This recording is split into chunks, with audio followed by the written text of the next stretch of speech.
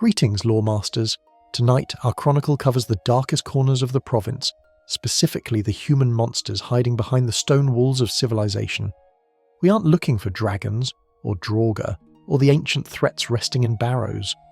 We are looking for the neighbours, the shopkeepers, and the grieving relatives who have turned the safety of the city into a hunting ground. We are talking about the serial killers of Skyrim.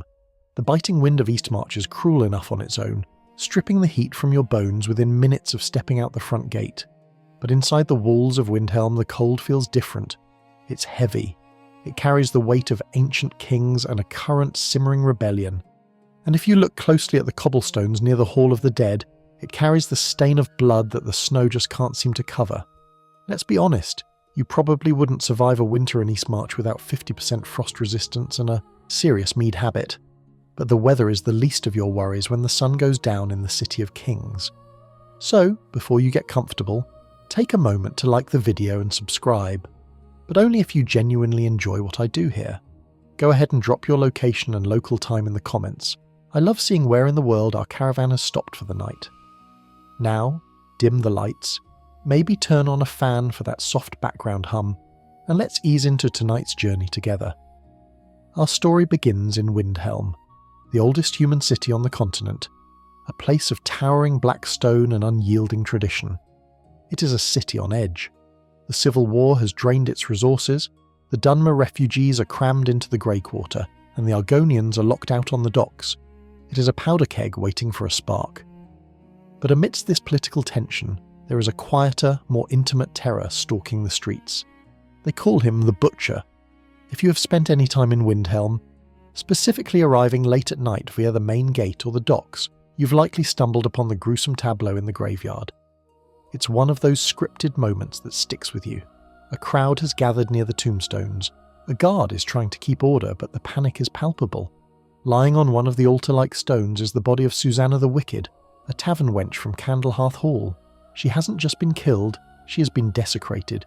Deep surgical cuts mar her body, and it's clear that something, or some part of her, was taken. This brings us to one of the most infamous quests in the game: Blood on the Ice. It is a detective story in a world of sword-swinging barbarians, and it forces the Dragonborn to put away the warhammer and pick up a magnifying glass. The guards, led by the well-meaning but utterly overwhelmed Yorleaf, are useless. They're too busy worrying about the Imperial Legion to investigate the systematic slaughter of young women, so the task falls to you. The scene of the crime is awash in sensory details that make your skin crawl. The snow is mashed into a pink slush around the body. The onlookers are shivering, not just from the cold, but from the realization that the predator is likely standing right there in the crowd, watching his work be admired. You follow the trail of blood. It's a literal red line drawn through the snow, winding past the Hall of the Dead, up the stone steps, and ending abruptly at the front door of Yerim. Yerim is a grand manor, one of the finest in the city, but it has been abandoned for some time. It belonged to the Frigga Shattershield, another victim of the Butcher. When you pick the lock, or talk your way in with a key, you are greeted by a smell that the game can't render, but the environment storytelling screams it at you. Dust, rot, and dried blood. The house is a hollow shell, but it's hiding a secret. Inside, you find the standard mess of a vacant home, but pushing deeper, you discover the killer's sanctuary. There is a false back to a wardrobe, a classic trope that never fails to unsettle. Behind it lies a hidden chamber, an altar to madness. Bones are scattered like discarded toys, bloody rags are piled in corners, and on a table amidst the gore lie the journals of the Butcher. Reading these journals is a descent into a fractured mind. The writer speaks of the experiment, of needing specific parts to complete a great work. It isn't murder for the sake of violence, it is murder for the sake of restoration. The killer is trying to build something, or rather, someone. This leads us to the false climax that trips up so many first-time players. The evidence points to Wundferth the Unliving, the court wizard of the Palace of Kings. It fits, doesn't it? He's an old mage, he deals in the arcane, and his name is literally the Unliving. Plus, in a city that hates magic and mistrusts elves, blaming the spooky wizard in the tower is the path of least resistance. If you go to your life with your suspicions, Wundferth is thrown in the dungeon, and the quest marks itself as complete. You walk away thinking you've saved the city, but then, a few days later, another body appears. The realization that you imprisoned an innocent man, well, as innocent as a court wizard can be, hits hard. The true killer is still out there. The true killer is Calixto Corium, the unassuming owner of the House of Curiosities, a man who runs a museum of junk in his sister's old house, a man who gives tours for a couple of septims.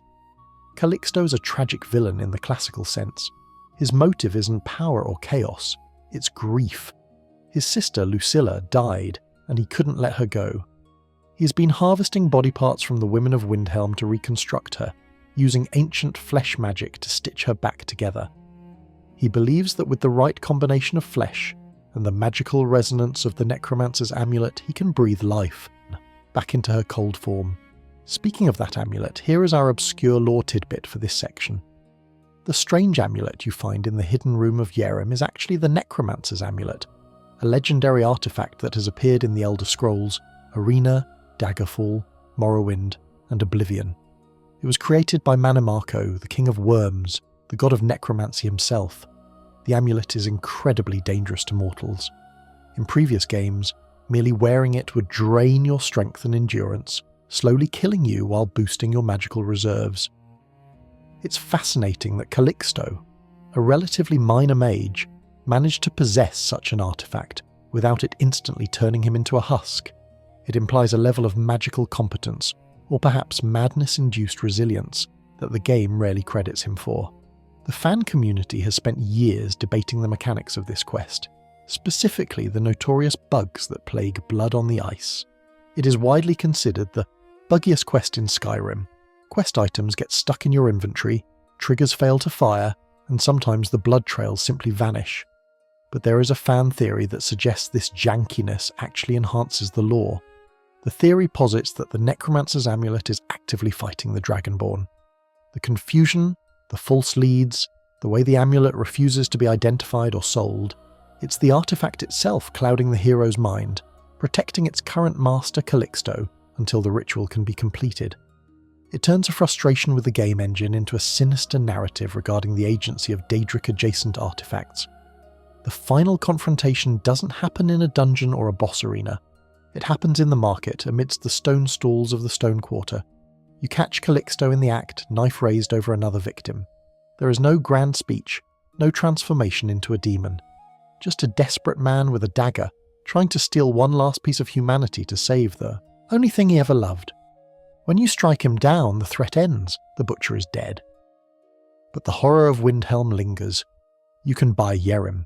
You can clean up the blood. Mostly.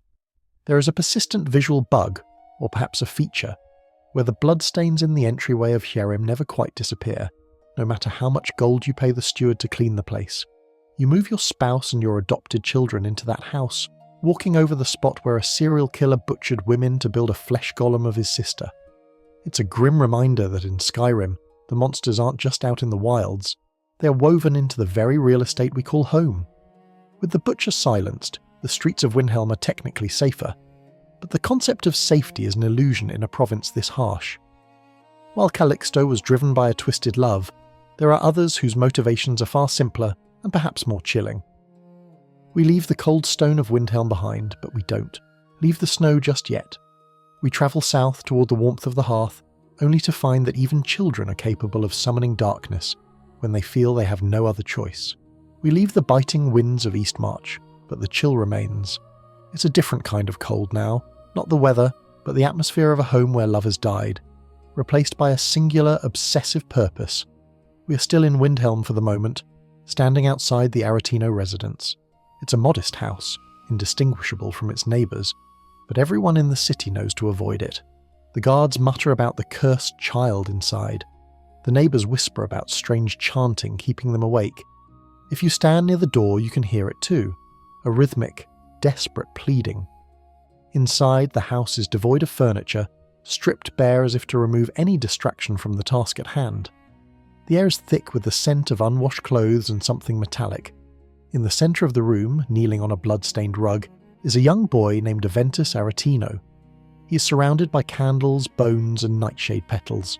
He is performing the Black Sacrament.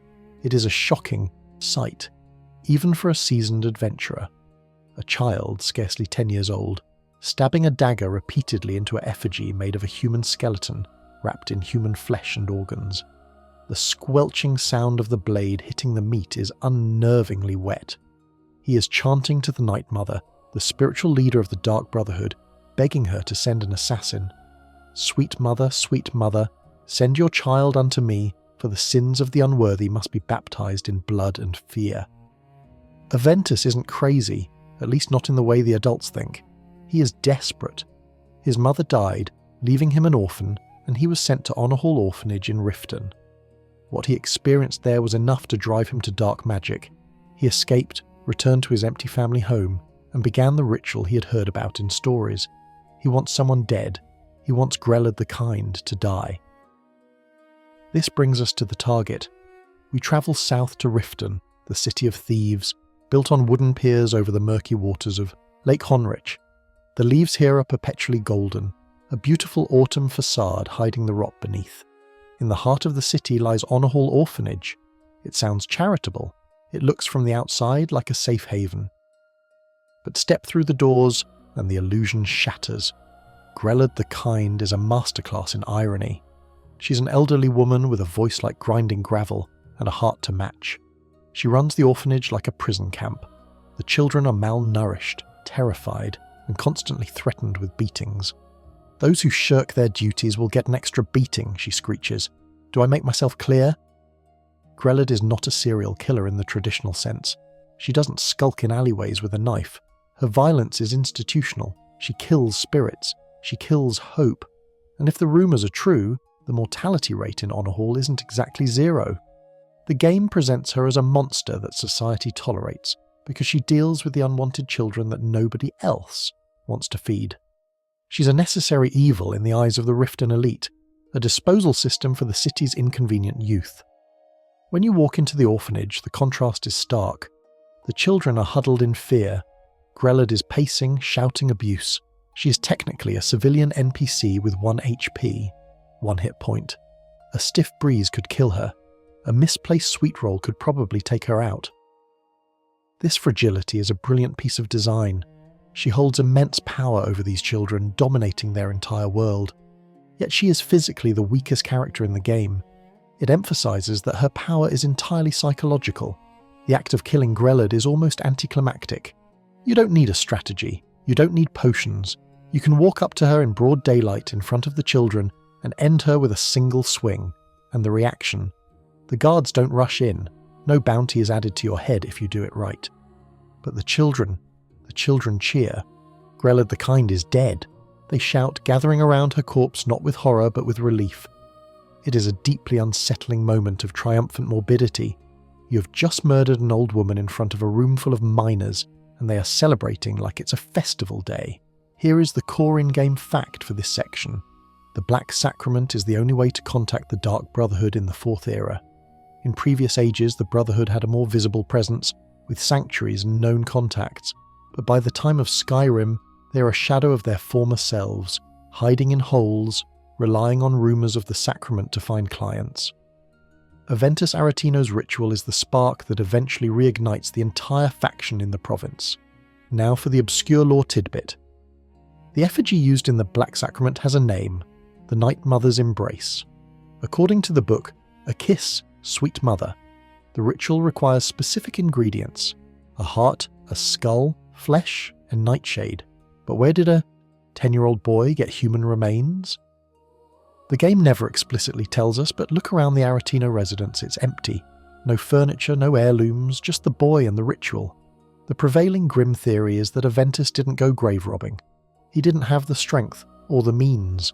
The most likely source of the skeleton and the flesh is his own mother. She died recently. Her body would have been the only one accessible to him before the priest took it away. Or perhaps he hid her away before they could. It adds a layer of Oedipal horror to the scene that the game writers hint at but never confirm. Fan debates often centre on the morality of this quest. Is Aventus Aretino a villain in the making? He shows zero remorse. He is delighted when you tell him the deed is done. He hands over his family heirloom, a plate, as payment. Some players argue that by fulfilling this contract, the Dragonborn creates a future serial killer. Aventus learns that death is a solvable problem. If someone bothers you, you kill them. If you can't kill them, you hire someone who can. Later in the game, if you return to him, he talks about growing up to be an assassin himself. We might have just recruited the next listener of the Dark Brotherhood. The innocence of children in Skyrim is a recurring theme. They are invincible. Game code prevents you from harming them, but they are often the instigators of violence or the victims of it. Aventus bridges that gap. He is a victim who becomes an instigator. He represents the loss of innocence that permeates the province. The war, the dragons, the economic collapse. It all trickles down to a boy alone in a cold house, stabbing a pile of meat and praying for a murderer to show up. Once Grelod is dead, the contract is fulfilled, but the consequences are just beginning. You leave the orphanage, perhaps feeling like a hero, perhaps feeling like a monster. The sun is setting over Lake Honric, casting long shadows across the docks. You receive a mysterious note later, a black handprint and the words, "We know. The Brotherhood has been watching. You stepped into their world and now they are stepping into yours." But while the Dark Brotherhood hides in the shadows waiting for invitations, there are other killers who operate in the light, cloaked not in darkness but in authority. We leave the wooden walkways of Riften and head northwest to the capital city of Solitude. Here, amidst the high stone arches and the imperial banners, a different kind of predator walks the halls of power. A predator who doesn't need to hide in a sanctuary because she stands at the right hand of the Jarl. We ascend the stone ramp to the Blue Palace, the seat of power in Solitude and ostensibly all of Skyrim. It is a place of light and culture. Bards play in the courtyard, nobles gossip in the wings, and the High King's widow, Elisif the Fair, sits upon the throne. It feels safe, it feels civilized. But standing just to the side of the throne, often with a bored expression and a lip curled in disdain, is Sybille Stentor, the court wizard. Sybille is a fixture of the court. She has served the Jarls of Solitude for years. Many, many years. Too many, if you start to do the math. She is beautiful, intelligent, and deeply unnerving. Her eyes have a strange milky quality if you catch them in the right light, and her skin is pale even for a Nord who spent her life indoors. She's the best wizard in the hold, perhaps in the country, and her advice is indispensable to Jarl Elisif. She's also a vampire. This isn't a spoiler hidden in a deep dungeon. It's an open secret that the game dangles right in front of your face. If you use the Detect Life spell in the Blue Palace, everyone glows with a warm aura of vitality. Elisif, the housecarls, the servants, everyone except Sybille. She shows up as dead, or, more accurately, undead.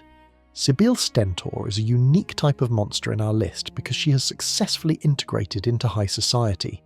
She isn't living in a cave or a sewer, she is advising the government, she has political power, and she uses that power to feed. The core in-game fact here is subtle but chilling. If you speak to Melorun, the court wizard's eventual replacement if anything happens to her, or just a fellow mage in the palace, he hints at her longevity. He mentions that Sybille has served the Jarls of Solitude for a very long time. She was the court wizard for High King Torrig, and his father, Istlod, and possibly his father. She doesn't age. The court, in its polite denial, simply ignores it. As long as she provides magical defense and wise counsel, they don't ask why she only takes her meals in private, or why she's never seen in the sunlight of the courtyard. Her feeding habits are where the serial killer label truly fits. Sybille doesn't rampage. She is a gourmand. She runs the Solitude dungeon. Occasionally she will ask the Dragonborn to clear out a cave of bandits or rogue vampires, claiming they are a threat to the city. But listen to her dialogue. She speaks of thinning the herd. She treats the criminal element of Skyrim not as a problem to be solved, but as a larder to be managed. There is a specific quest, Kill the Vampire, which is a radiant quest you can receive from her. She sends you to Pine Moon Cave to kill a master vampire. On the surface, it's a standard go here, kill this mission, but the subtext is fascinating. Why does she want this specific vampire dead? Is it truly to protect Solitude? Or is it a turf war? Is she eliminating competition? Or perhaps, is she silencing someone who knows what she really is? When you return, she rewards you with gold and a ring, her demeanour cool and professional. Good work. I trust you were discreet. It implies a professional courtesy between predators. the obscure lore. Tidbit for Sybille comes from a cut dialogue line and inferred relationships. There is a strong implication in the game files and community analysis that Sybille Stentor may have had a hand in raising High King Torrig. She speaks of him with a possessive fondness, almost like a mother or a gardener tending a prize rose. Torrig, I helped raise him. He was a good man, a good king. This adds a horrific layer to her existence. She watched this boy grow up, likely feeding on the prisoners in his dungeon the entire time, grooming him to be a ruler who would unknowingly protect her. It's a parasitic relationship on a governmental scale.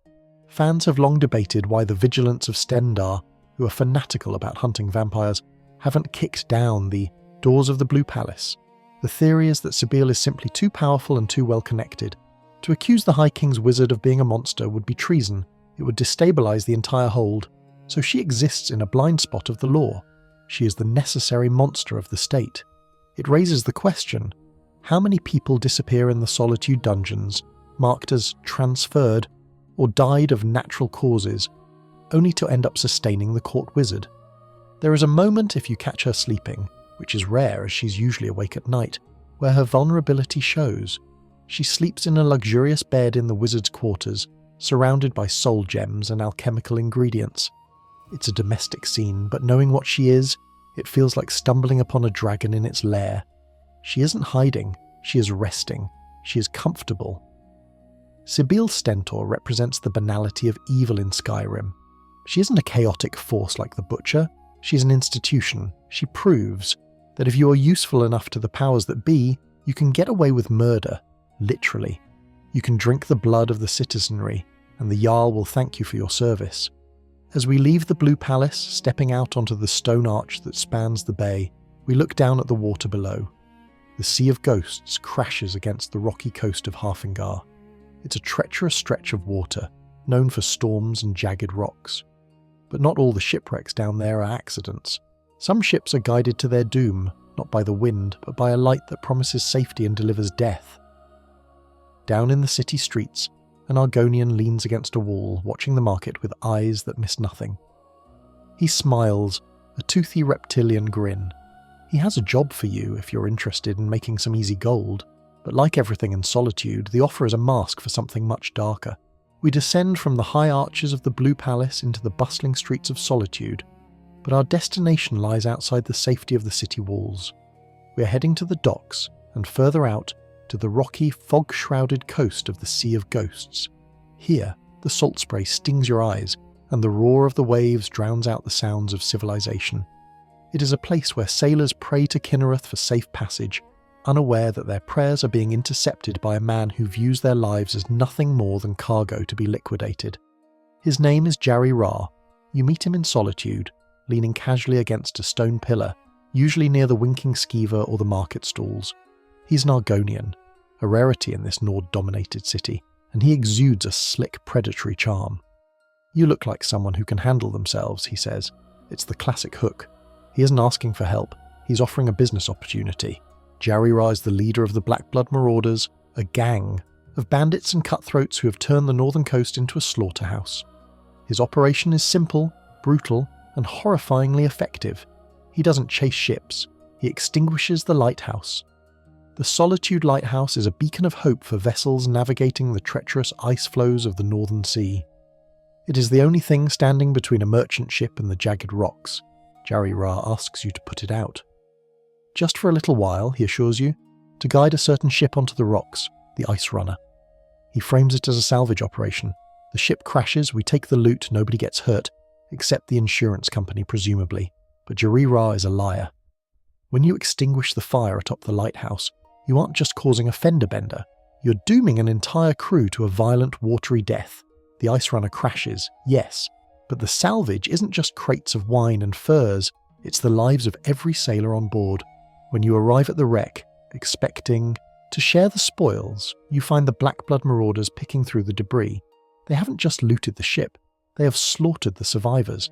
The beach is littered with bodies. This is mass murder for profit, executed with a cold industrial efficiency. Jarry Ra doesn't swing the sword himself, at least not usually. He is the architect. He sits in the city, safe and warm, while his brother Dija and their gang do the wet work. He is a serial killer by proxy, a mastermind who turns the environment itself into a weapon. The betrayal comes swiftly. Jari-Ra never intended to pay you. You are a loose end. His sister, Dija, waits for you at the wreck, ready to add your corpse to the pile. Jari-Ra sends his regards, she might as well say as she draws her weapon. It's a double cross that most players see coming, but the sheer scale of the collateral damage is what stings. You didn't just get tricked, you became an accessory to a massacre. The core in-game fact here centers on the location of the gang's hideout, Broken Ore Grotto. After dealing with Dija, you must hunt down Jari-Ra. He has retreated to this massive sea cave, a natural fortress accessible only by swimming or boat. The grotto is a stunning piece of level design, a cavern so large it has its own internal weather system of mist and gloom. Wooden platforms are lashed to the rock walls, and the wreckage of dozens of ships bobs in the internal harbour. It is a graveyard of vessels, a trophy room of Jari-Ra's business ventures. The obscure lore tidbit involves the Argonian connection to water and guerrilla warfare.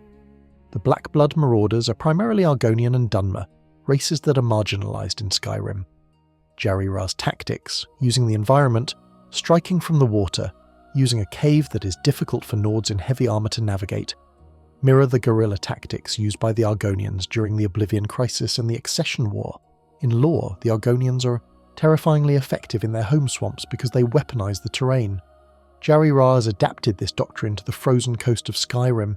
He has terraformed the battlefield to suit his biology and his gang's strengths. The fan community often points out the irony of Jari-Ra's operation. He claims to be an outsider trying to scrape by in a racist city, a brother to the downtrodden. Yet his victims are sailors, working-class folk, likely Nords, Imperials and Bretons just trying to make a living. He isn't a Robin Hood figure fighting the system. He is a parasite feeding on the working class. There is also a debate about the mechanics of the lighthouse itself. How long has it been out? How many other ships crashed before the Ice Runner? The wreckage in Broken Ore Grotto suggests this has been going on for years. Jari-Ra is one of the most prolific killers in the game, with a body count that likely rivals the dragons. The final confrontation in Broken Ore Grotto is a chaotic brawl. You fight your way across slippery wooden planks, dodging arrows and magic. Jari-Ra waits at the highest point, the king of his pile of driftwood and bones. When you finally cut him down, there is no redemption, no final words of regret. He dies as he lived, a reptile cold-bloodedly calculating the odds until the very end. Clearing the grotto feels like lancing a boil. You recover the loot, perhaps finding closure for the sailors you inadvertently helped kill. But as you swim back out to the open ocean, the lighthouse above is likely lit again, its beam cutting through the fog.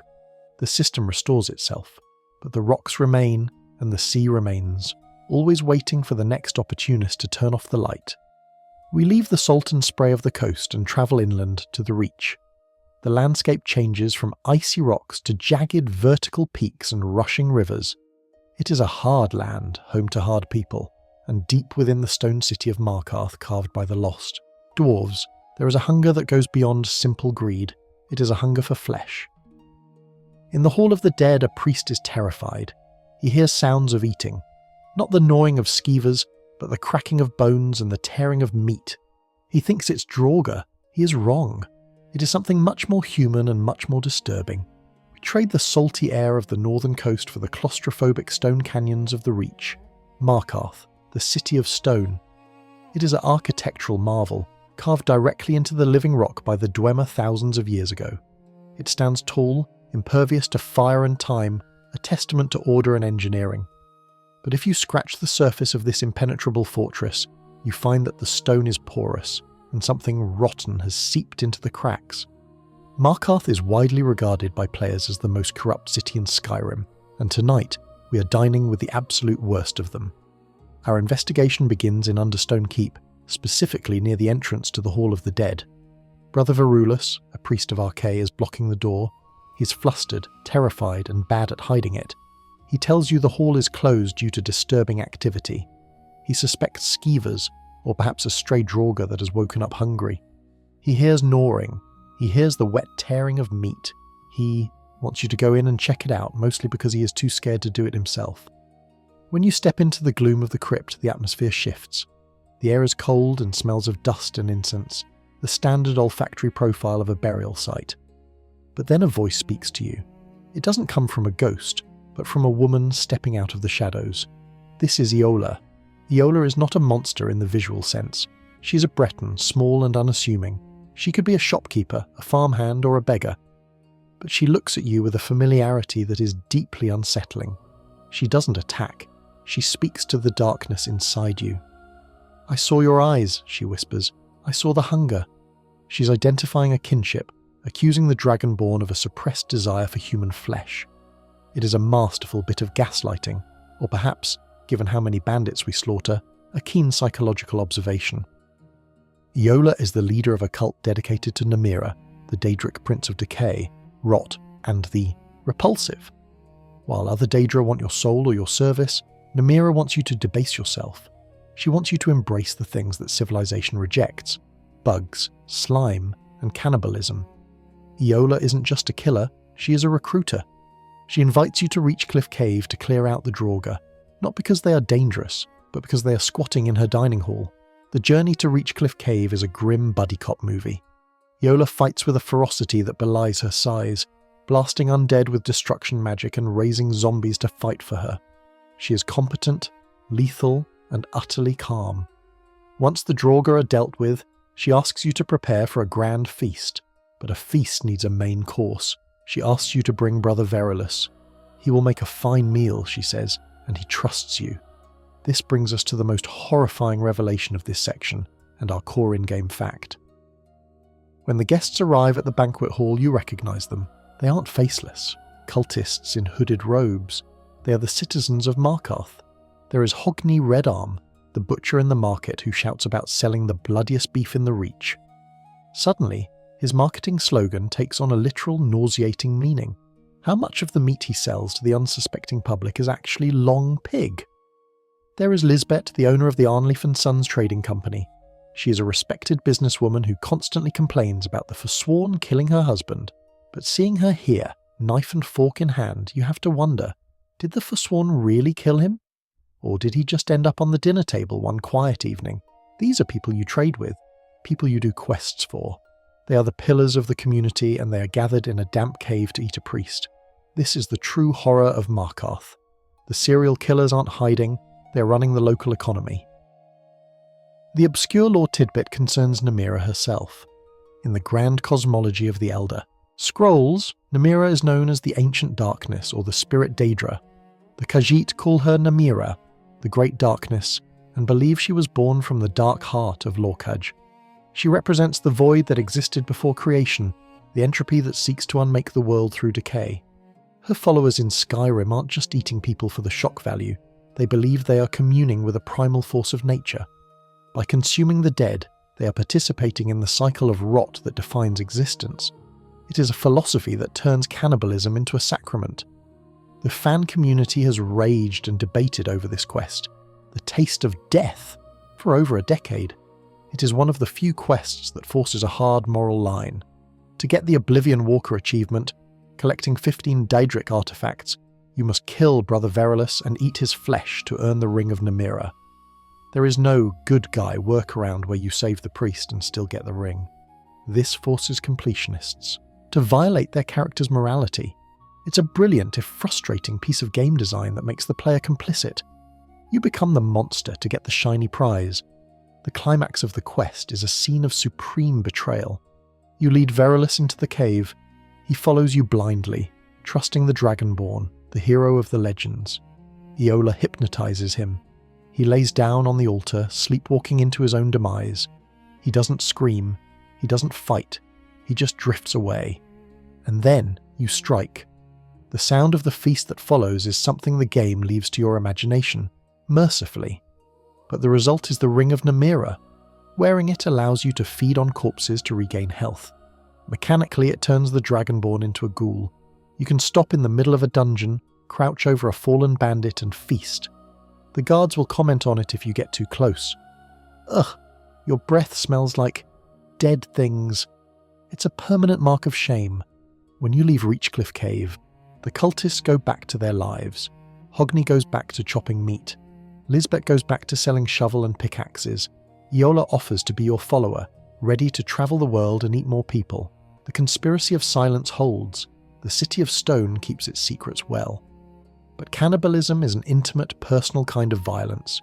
In Markarth, there is another layer of death that is political, systemic, and vastly more organised. We leave the damp caves of the Namira cult and return to the city proper, but we are going even lower. Down into the mines. Cidhna Mine is the most secure prison in Skyrim. Nobody escapes. But inside those tunnels, amidst the silver dust and the pickaxes, a man sits in a cage and commands an army. He doesn't need to eat his enemies to destroy them. He just needs to whisper a few words and the streets will run red. We step out of the Hall of the Dead, blinking in the harsh sunlight that filters down through the dwarven towers. But our descent into the darkness of Markarth is far from over. If you thought the cannibals were the only rot in the city, you haven't been paying attention to the beggars, the labourers, and the eyes watching you from the shadows. To find the next monster, we don't need to break into a secret cave. We need to get arrested. Welcome to Cidhna Mine. It is widely known as the most secure prison in Skyrim, a place where the guards don't even bother to carry keys because there are no doors to unlock, just a long, winding tunnel into the earth and a legion of silver-blood mercenaries blocking the exit. But Cidhna Mine isn't just a jail, it's a kingdom, and sitting on its throne of rags and silver dust is Madanach, the king in rags. Madanach is the leader of the Forsworn, the indigenous people of the Reach who were violently ousted from their lands by the Nords. To the Nords, they are terrorists and savages who worship Daedra and sacrifice children. To the Reachmen, they are freedom fighters trying to reclaim their heritage. But Madanach is something else entirely. He is a serial killer operating with the efficiency of a CEO. When you are thrown into the mine, usually framed for investigating the very murders Madanach ordered, you expect to find a broken man. Instead, you find a man who is calm, articulate, and completely in control. He has his own private cell guarded by an orc bodyguard named Borkul the Beast. He has a desk. He has quill and ink. He isn't suffering, he is strategizing. The terror of Madanach lies in his reach, pun intended. Despite being locked in a hole in the ground, he orchestrates a campaign of assassination throughout the hold. Remember the very first scene when you enter Markarth? A man named Waylin pulls a shiv and murders a woman named Margaret in the middle of the market. The reach belongs to the Forsworn! He screams before being cut down. That wasn't random violence, that was a hit order, signed and sealed by Madanach from his prison cell. This brings us to the core in-game fact that drives the Forsworn conspiracy questline. The Silverblood family, specifically Thonar Silverblood, believes they are controlling Madanach. They keep him alive in the mine, using him as a boogeyman. When Thonar wants a rival landowner eliminated or a political opponent silenced, he asks Madanach to have the Forsworn take care of it. In exchange, the Silverbloods allow Madanach to live and ostensibly run his little empire inside the jail. It is a deal with the devil, but Thonar is too arrogant to realise he isn't the one holding the leash. Madanach uses this arrangement to systematically weaken the Nord hold on the Reach. He kills the Silverblood's enemies, yes, but he also kills anyone who stabilises the region. He creates chaos. He ensures that Markarth remains a city of fear. Every dead guard, every murdered merchant, every caravan raided on the road is part of a grand design to destabilise the occupation until the Forsworn can rise again. The obscure lore tidbit for this section involves the true nature of the old gods that Madanach worships and the magic he wields.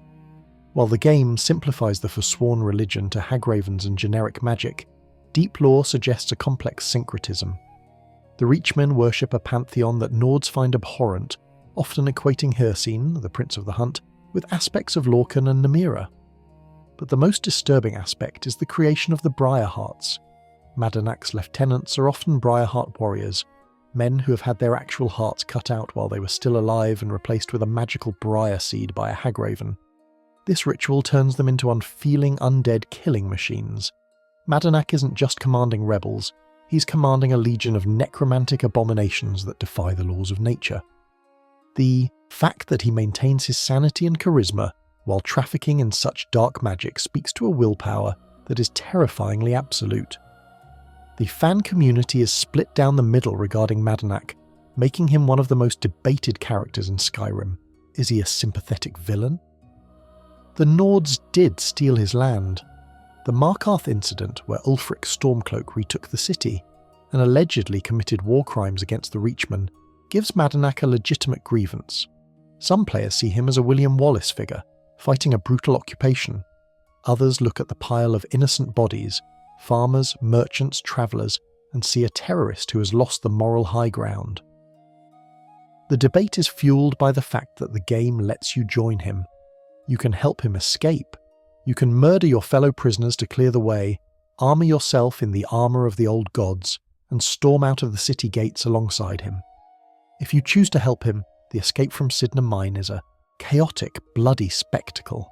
You emerge from the tunnels into the ruins of Markarth, and the Forsworn sleeper agents in the city activate. It becomes a war zone. Guards are slaughtered. Civilians scream and flee. Thonar Silverblood is usually killed in the fray, his arrogance finally catching up with him. Madanach walks through the carnage like a prophet, eventually disappearing into the hills to continue his war.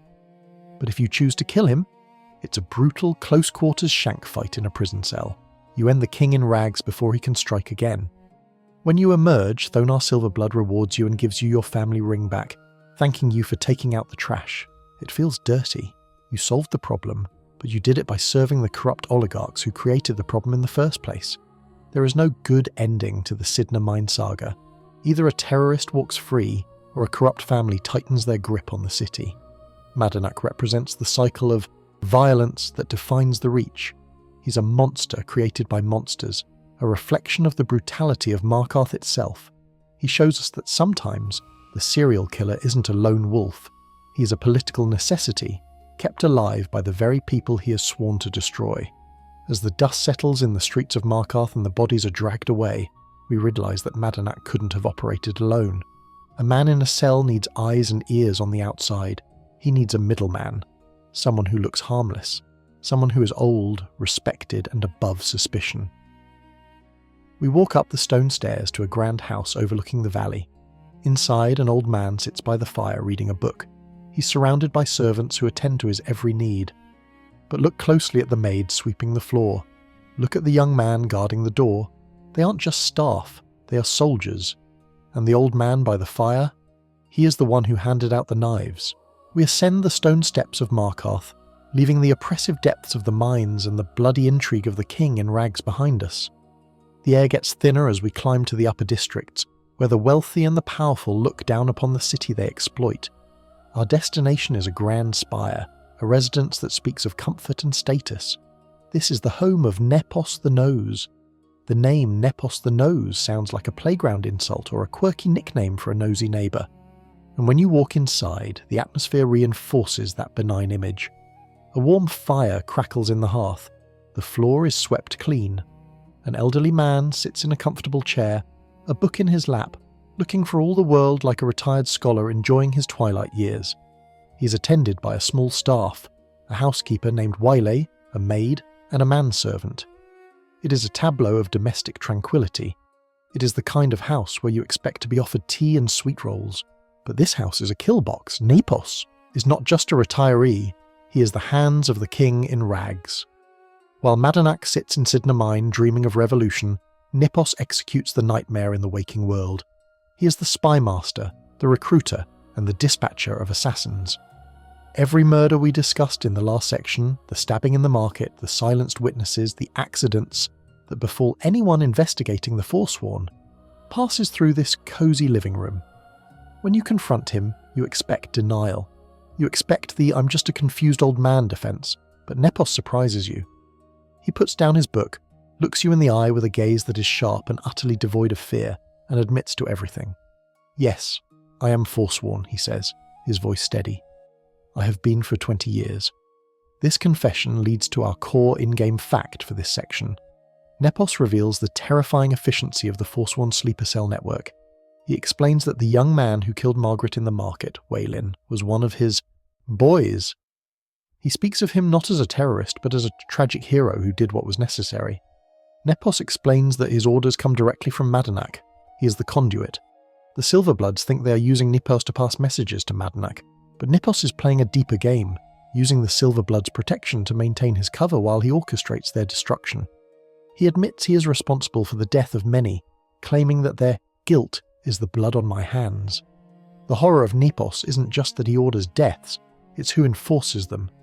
Look at the servants again. Wael, the housekeeper. Timva, the maid. Morven, the servant. In any other game, these would be generic NPCs who cower and flee when combat starts. In Nepos's house, they are the hit squad. When Nepos finishes his monologue, he doesn't ask for mercy. He simply says, "And now you know everything, which means I can't let you leave." In an instant, the domestic illusion shatters. The maid pulls a dagger with practiced speed. The housekeeper summons armour and magic. The frail old man draws a weapon. It is a sudden, violent explosion of aggression in a space designed for comfort. The fight is claustrophobic. You're battling in a living room, dodging fireballs between the bookshelves and the dinner table. It is a jarring subversion of the RPG trope where townsfolk are harmless. Here, the help wants you dead. The obscure lore tidbit focuses on Wael, the housekeeper. If you dig into the game data and some of the dialogue triggers that often get skipped in the heat of combat, Wael is hinted to be much more than a servant. She's a fiercely loyal Forsworn agent, perhaps even a matriarch in training. Her name is distinctly Reachman. The tragedy is the implication of generational indoctrination. Nepos is old. He remembers the time before the Nords took over. But Wael and the others are younger. They have been raised in this house under the nose of the Nords, groomed from birth to be invisible killers. They are the Forsworn in the truest sense. They have forsworn their own lives for the cause. They don't have families or hobbies, they have the mission.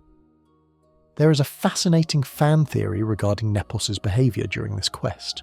Why does he confess? He is a master spy. He could lie. He could feign ignorance. He could call the guards and claim you are trespassing. Instead, he signs his own death warrant. The theory posits that Nepos wants to die. He is tired. He has been playing this double game for 20 years, sending young men and women to their deaths, living a lie in the heart of the enemy city. He sees the Dragonborn not just as a threat, but as an exit strategy. He commits suicide by adventurer. He tells you the truth to ensure you have to kill him, effectively martyring himself and his cell. It adds a layer of weary melancholy to his character. He isn't fighting for survival anymore, he is fighting for a legacy. The combat usually ends quickly. Nepos is a mage, but he is fragile. When the fireball smoke clears, the room is silent again. The fire is still crackling in the hearth. The book is still on the table, but now 4 bodies lie on the expensive rugs. You have wiped out the leadership of the Markarth Forsworn cell. Looting the bodies feels particularly intrusive here. You find keys, a few septims, maybe a family ring. On Nepos, you find his journal, which confirms his deep regret and his unyielding resolve. He writes about the burden of sending his children to die. It humanizes the monster, which in turn makes the monster more terrifying. He wasn't a psychopath who enjoyed the killing, he was a true believer who felt the killing was a moral imperative. With Nepos dead and the conspiracy unravelled, the immediate threat to the Dragonborn in Markarth is diminished, but the stain of the city remains. You walk out of that house, leaving the carnage behind for the city guards to deal with. They will likely cover it up just as they cover up everything else in the City of Stone. We have spent a lot of time in the Stone cities, Windhelm, Solitude, Markarth. We have seen killers who hide behind wealth, status and political power. But not all monsters in Skyrim live in palaces or manors. Some prefer the quiet, damp corners of the world where the fog never quite lifts. We travel now to the marshes of Yalmarch, to the town of Morthal. It is a miserable place, half sinking into the swamp plagued by nightmares and indifference. The people here are superstitious and wary of strangers, and for good reason. There is a house in town that burned down recently. A tragedy, they say. A woman and her child died in the fire.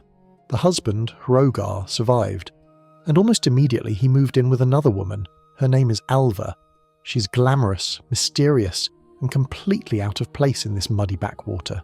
She claims to be a traveller, a woman of means settling down, but if you watch her house, at night you notice something strange. She never sleeps, and she has a coffin in her basement. Alva isn't just a homewrecker, she is the scout for a gathering storm. She is using her charms not just to seduce a grieving widower, but to enslave an entire town. She's a different breed of killer, one who uses lust and mind control as her primary weapons, and she's preparing Morthal for a harvest. We leave the stone towers of Markarth and descend into the lowlands, where the ground turns soft and the air grows thick with moisture. Welcome to Morthal. It is easily the most depressing town in Skyrim, a cluster of wooden shacks sinking into the salt marshes of Jarlmarch. The fog here is permanent, clinging to the trees like wet wool. The silence is heavy, broken only by the croaking of frogs and the distant mournful cry of a loon. It is a place where people don't just live, they endure. In a town this small, everyone knows everyone's business. There are no secrets in Morthal, except for the ones that kill you. The current gossip centres on a tragedy that feels ripped from a true crime holotape. A house recently burned to the ground. The charred ruins still smoke in the damp air. Inside, a woman and her young daughter perished. The husband, a lumberjack named Hrogar, survived. And, to the shock and disgust of his neighbours, the very next day he moved in with Alva. Alva is the anomaly of Morthal. In a town of mud-streaked labourers and weary fishermen, she is pristine. She wears fine clothes. She flirts with a confidence that borders on aggression. She is the seductress of the swamp, a woman who seems to have walked out of a romance novel and into a horror story. The men of the town are captivated by her. The women, led by the Jarl's housecarl, are suspicious. They call her a harlot, a homewrecker. They are right about the destruction, but they are wrong about the method. The quest laid to rest begins as a domestic dispute investigation, but quickly spirals into a supernatural nightmare. The Jarl, Idgrod Ravencrone, a mystic who speaks in riddles and sees visions, asks you to look into the fire. She senses a darkness that her guards are too lazy or too charmed to investigate.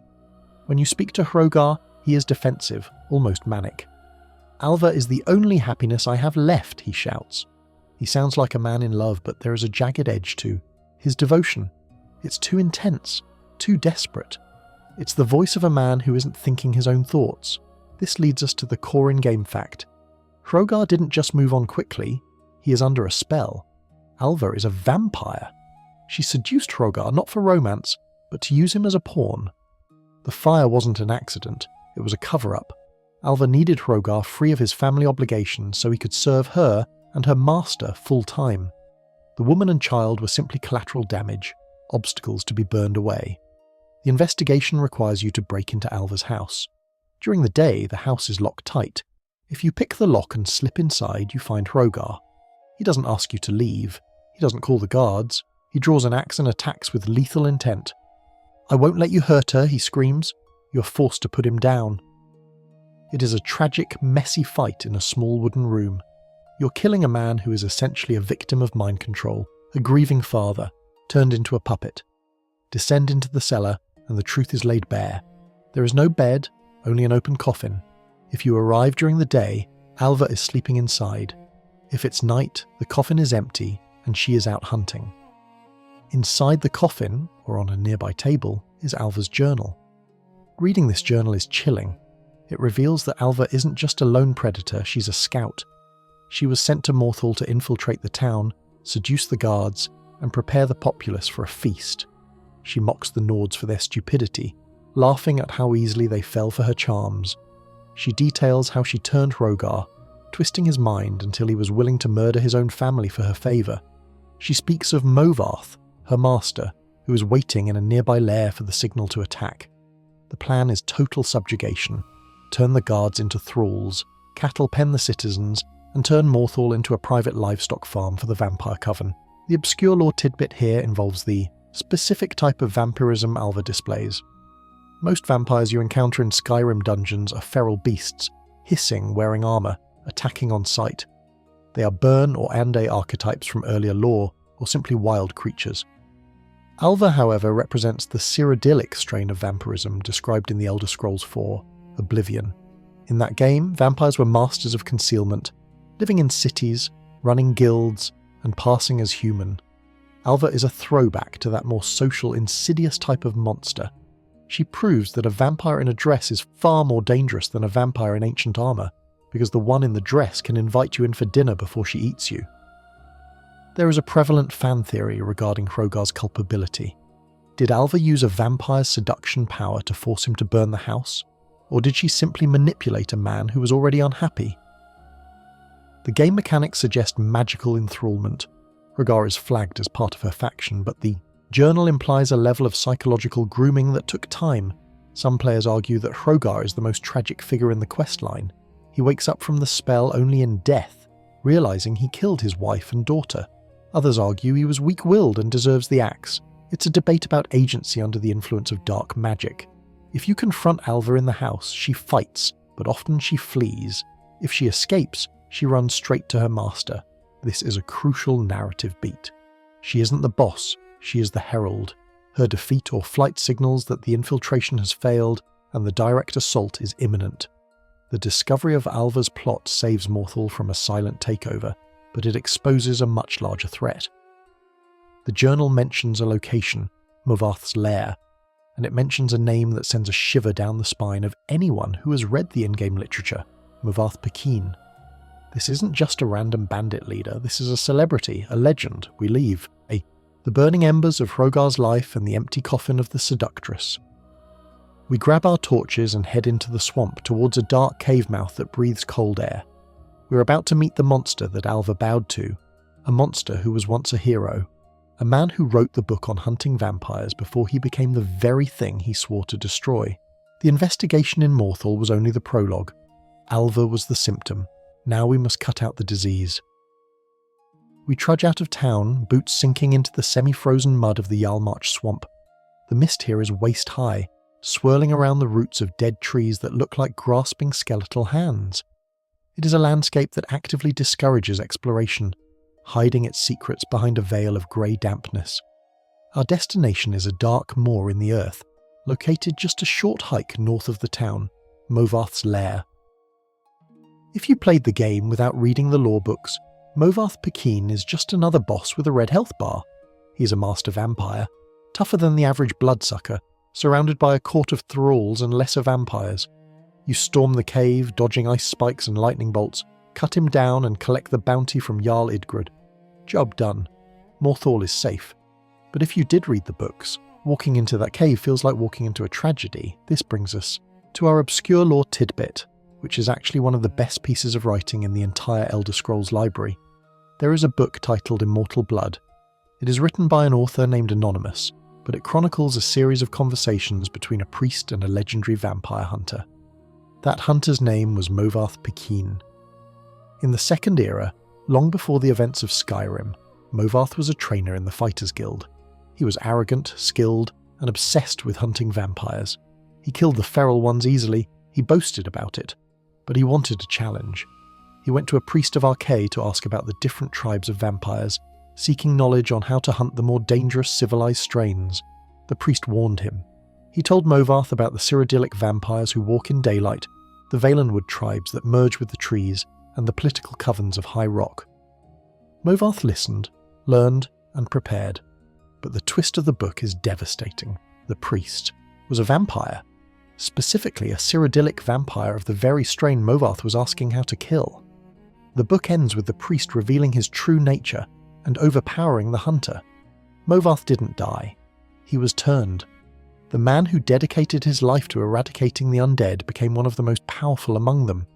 Knowing this backstory changes the entire texture of the raid on his lair. You aren't just fighting a monster, you're fighting a fallen hero. You're fighting a man who stared too long into the abyss until the abyss blinked back and swallowed him whole.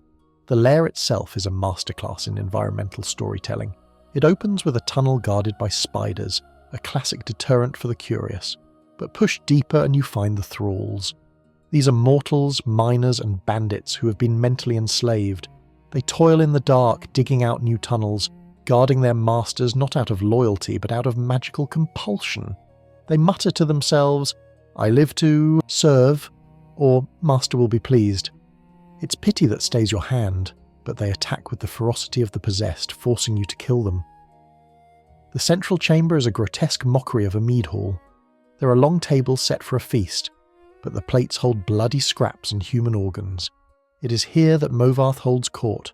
When you finally encounter him, he attacks with a speed and aggression that reflects his former life as a Fighters Guild master.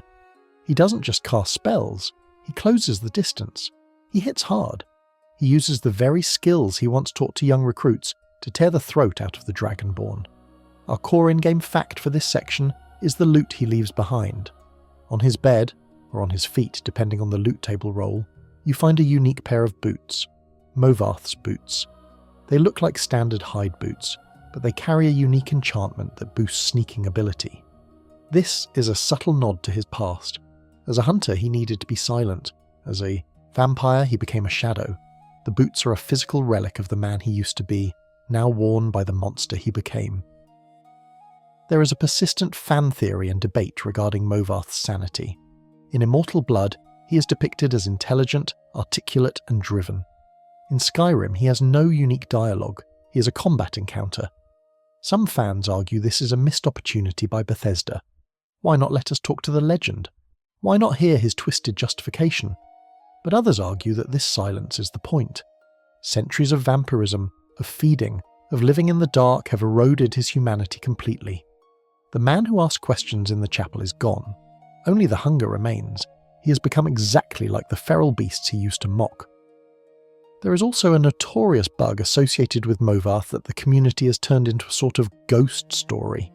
In many versions of the game, Movath respawns. You kill him, clear the cave, and a month later Master Vampire is back. Sometimes, due to a script error, it is actually named Movath Peakine again. Players have joked that he is truly immortal, that the curse is so strong even the game code cannot delete him. It adds a layer of frustration to the lore. You can save Morthal for a week, but the darkness always creeps back in.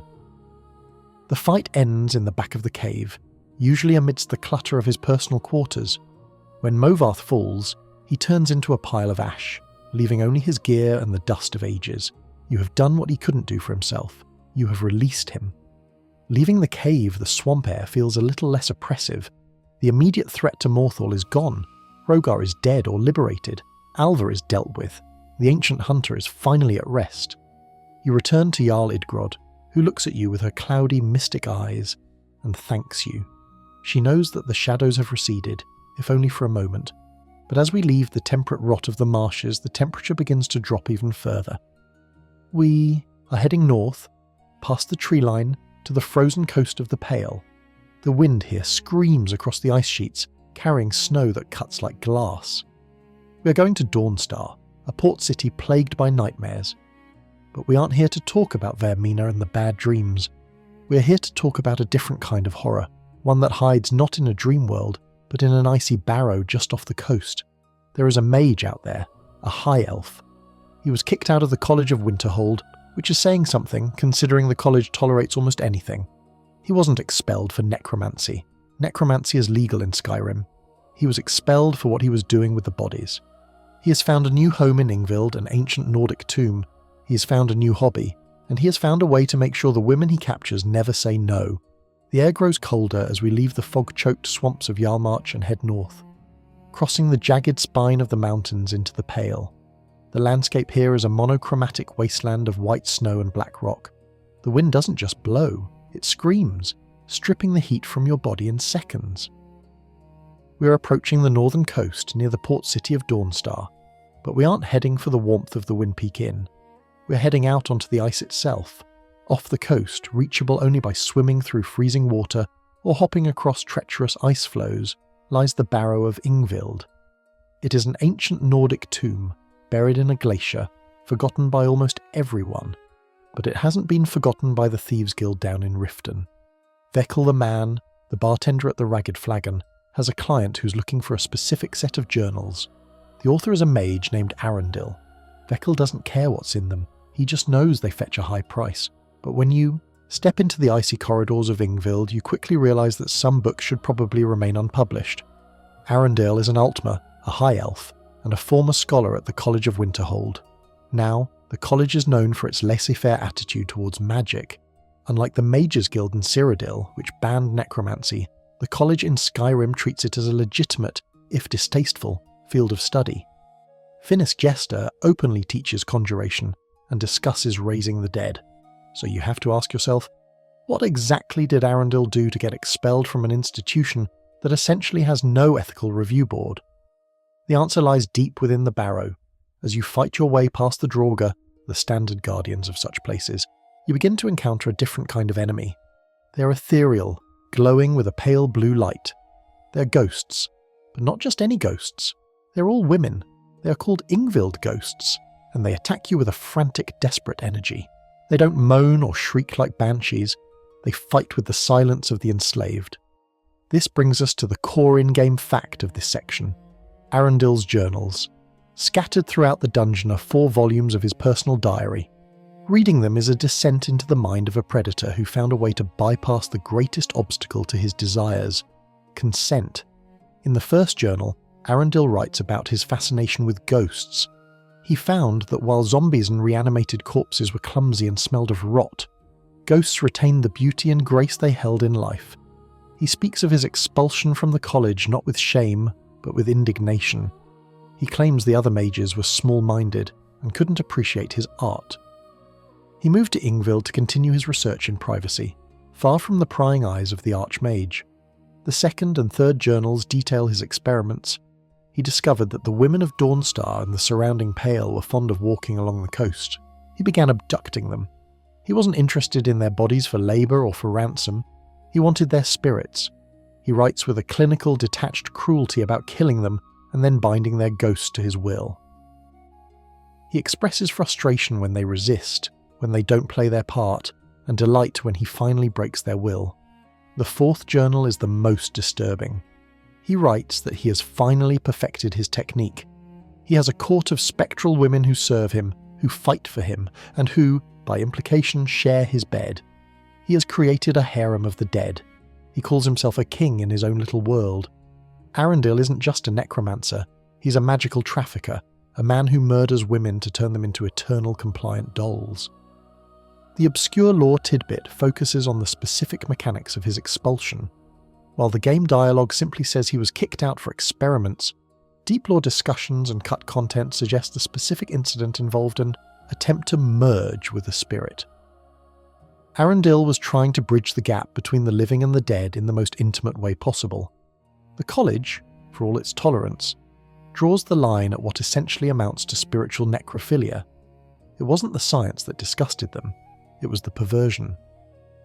Arundel represents the dark side of the Altmer obsession with perfection. He couldn't find a living woman who met his standards, or who would tolerate him, so he manufactured dead ones who had no choice. The fan community has long debated where Arundel ranks on the Skyrim evil scale. He doesn't threaten the world like Alduin. He doesn't threaten the political order like Madanach. His scope is small. But the nature of his evil is so visceral, so personally violating, that many players rank him as the most detestable character in the game. He is the ultimate incel mage, a milk drinker who feels entitled to female companionship and uses magic to take it by force. There is also a debate about the ghosts themselves. Are they conscious? Do they know what is happening to them? The tragedy of the Yngvild ghosts is that they retain their combat skills and their voices. When you kill them, they often sigh, "Thank you," or "Finally you are free." This suggests they are trapped in a state of horrific awareness, forced to attack an intruder to protect the man who murdered them, all while screaming internally for release. It turns every combat encounter in the dungeon into a mercy killing. The layout of Yngvild is designed to lead you to the throne room. It's a grand chamber, icy and blue. Arundel sits on a high seat, watching his spectral guards flank the room. He's smug. He sees the Dragonborn not as a judge but as another test subject or an annoyance. "You shouldn't have come here," he sneers. But Arundel made a mistake. He is a mage, and like many mages, he relies on a focus for his power. Behind his throne on a pedestal sits a soul gem. It isn't just decoration. It is the anchor. It is the leash holding the ghosts in check. This allows for one of the most satisfying moments of poetic justice in Skyrim. If your sneak skill is high enough, you can bypass the fight.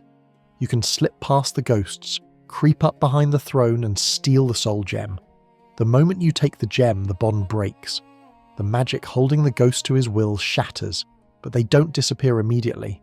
They turn. Arundel's panic is immediate. "No! What have you done?" he screams. The women he enslaved, the spirits he tormented, turn their blades toward him. He isn't killed by the Dragonborn. He is torn apart by his own victims. It is a chaotic, beautiful frenzy of spectral vengeance. He dies screaming, surrounded by the very perfection he tried to control. If you don't sneak, you have to kill him yourself. It's still satisfying, but it lacks the narrative irony. Either way, once Arundel is dead, the ghosts fade away. They don't linger. They don't become followers. They simply vanish, returning to the Aetherius they were denied. The barrow falls silent, reclaiming its dignity as a place of rest rather than a prison.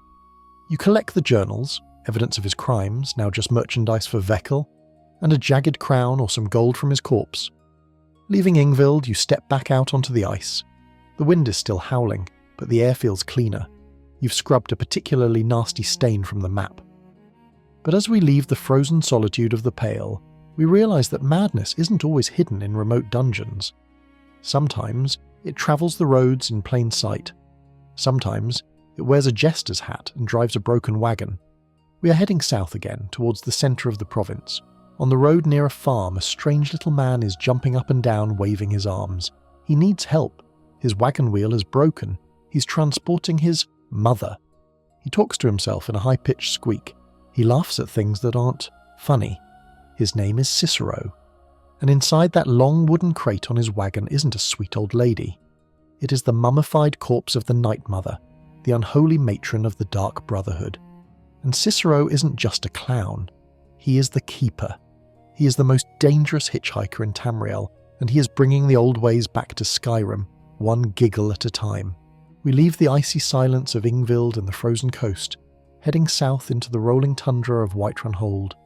The sun is shining, the grass is golden, and the mammoths are grazing peacefully in the distance. It feels like a reprieve from the darkness we've been wading through.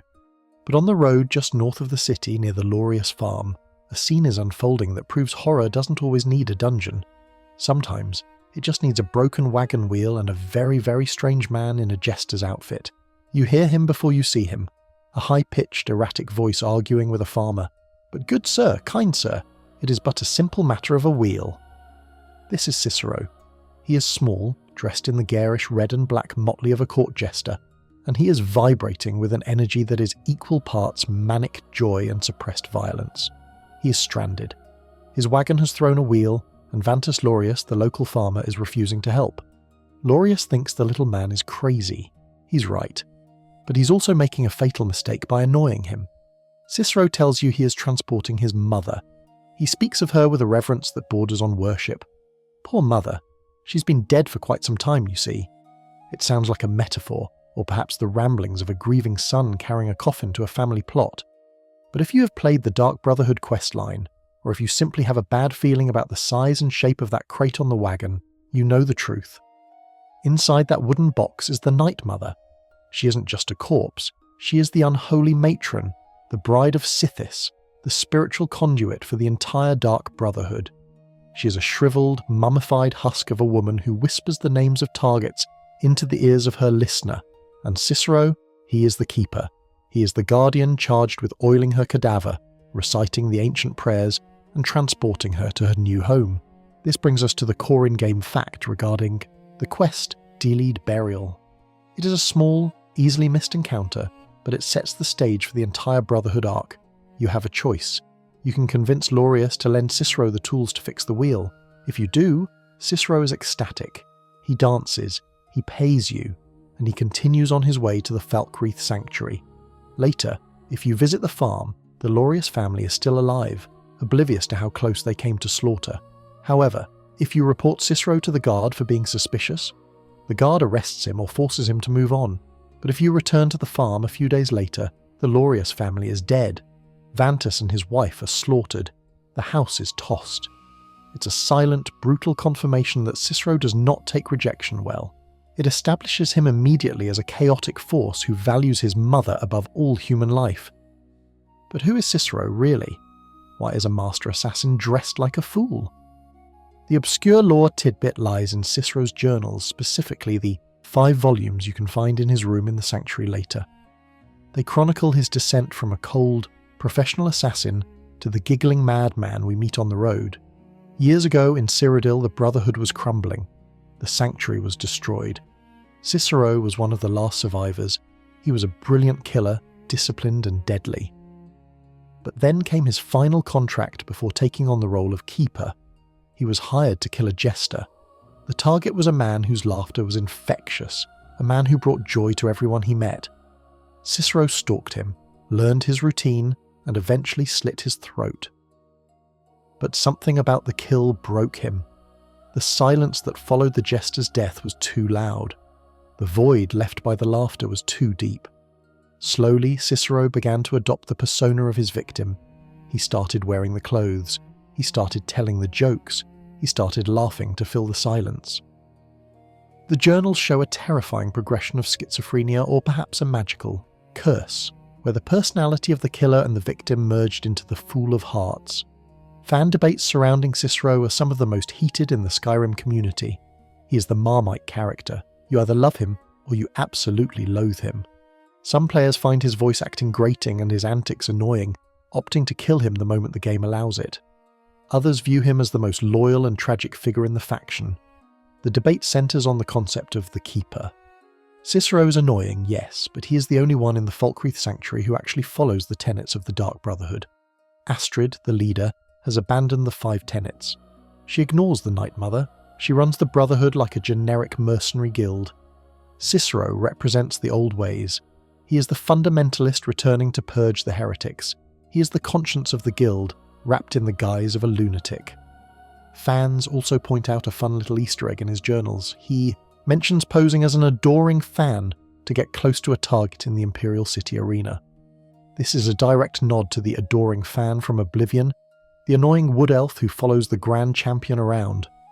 It implies that Cicero might have been the one to finally silence that iconic, irritating voice. It's a meta-joke that connects the two games in a grimly humorous way. When Cicero finally arrives at the Falkreath Sanctuary, the dynamic shifts instantly. He wheels the crate into the main chamber, cackling and prancing. "Mother is home! Mother is safe!" The other assassins are unnerved. Astrid is furious. She sees the Night Mother not as a spiritual leader, but as a threat to her authority. And she sees Cicero as a dangerous variable she can't control. Cicero spends his days in the sanctuary tending to the corpse. If you sneak up on him, you can hear him talking to her. He oils her skin. He complains about the damp. He begs her to speak to him. Silence, always the silence, he whimpers. It is pitiful and terrifying. He wants so badly to be the listener, to hear the voice of Sithis, but he is only the keeper. He is the caretaker of a phone that never rings for him. His presence in the sanctuary is a ticking time bomb. He constantly critiques the other members for their laziness and lack of respect for the old ways. He is the catalyst that forces the conflict between tradition and modernization. He forces the Dragonborn to choose: are you an assassin for hire, or are you a servant of the void? There is a moment later in the quest line where you are given the order to kill him. He has fled to the old Dawnstar Sanctuary, which he was trying to restore in his journals. You find him wounded, lying on the floor, still cracking jokes. And so, the pupil defeats the master, or something like that. This is the ultimate test for the player. If you spare him, he becomes a follower, and surprisingly, he is one of the best followers in the game. He is essential, meaning he can't die. He has high stealth and one-handed stats, and his dialogue while adventuring is unique. He dances in dungeons. He makes morbid comments about the scenery. "That's not a hawker, that's my wife." He's a chaotic companion who makes the lonely roads of Skyrim feel a little less empty, provided you can tolerate the giggling. But if you kill him, you're silencing the last true believer. You're removing the jester, but the circus remains. Leaving Cicero, alive or dead, we must address the fact that he was heading to Falkreath for a reason. The sanctuary there is the last refuge of the Brotherhood in Skyrim. But Falkreath itself is a place steeped in death. It is home to the largest graveyard in the province. The town's economy runs on burials. And in the damp barracks of this gloomy town, there is another prisoner waiting. He isn't a jester. He isn't a political mastermind. He is a man who wears a ring he can't take off. A man who killed a little girl, not because he wanted to, but because the beast inside him took the wheel. We are going to meet Sinding, and we are going to find out what happens when a man tries to cheat a Daedric prince and ends up becoming the prey in an eternal hunt. We leave the jester dancing on the road and head deeper into the pine forests of the south. The air here is thick with moisture, smelling of wet earth, moss and decay. The trees are tall and loom over the path like silent sentinels, blocking out much of the sun. We are entering Falkreath, the city of the dead. It is said that Falkreath's graveyard is older than the town itself, and looking at the moss-covered stones that line every street, it's easy to believe. People come here to retire, and they come here to be buried. It is a sombre place, perpetually shrouded in a grey mist that seems to dampen sound and spirit alike. But in the town barracks, beneath the apathy of the guards and the sorrow of the locals, there is a prisoner who isn't waiting for a trial. He is waiting for the moon. His name is Sinding. When you first walk into the jail, you might miss him. He's usually standing waist-deep in the water that floods the lower cell, staring at the stone wall. He looks like any other Nord, strong, bearded, perhaps a bit ragged. But get closer. Look at his eyes. There is a panic there, a frantic, caged animal energy that makes the hair on the back of your neck stand up. Sinding is a werewolf. But he isn't part of the companions' inner circle. He doesn't have a brotherhood to guide him. He is alone, and he is terrified. The town is buzzing with the horror of his crime. Sinding didn't just kill a guard or a drunk in a tavern brawl, he tore a little girl apart. Her name was Lavinia, the daughter of Mathis and Indara Karelia. If you talk to the parents at the local farm, they are broken people. They describe the violence as something primal, a beast descending on their child with a fury that no man could possess. It is one of the darkest background stories in Skyrim, a reminder that the cool power of being a werewolf comes with a horrific cost for the innocent bystanders. This brings us to our core in-game fact regarding the quest ill-met by Moonlight. Sinding didn't mean to kill the girl. He tells you this himself, his voice trembling with regret. He explains that he is a werewolf who stole the ring of Hircine in an attempt to control his transformations. He thought the ring would let him turn only when he wanted to, allowing him to live a somewhat normal life. But Hircine, the Daedric prince of the hunt, does not like thieves. He cursed the ring. Instead of granting control, it makes the transformations random and unpredictable. Sinding turned in the middle of the town, lost his mind to the wolf and woke up covered in the blood of a child. The ring is stuck on his finger. He can't take it off. He is a prisoner of the artifact as much as he is a prisoner of the jail. He begs you to take it from him, to seek out the white stag and appease Hircine so the curse can be lifted. When you agree, he transforms right there in the cell, leaping up the sheer stone walls and escaping through the roof, disappearing into the wilds, to wait for your success, or your failure. The obscure lore tidbit focuses on Hircine's philosophy and the location of the final showdown, Bloated Man's Grotto.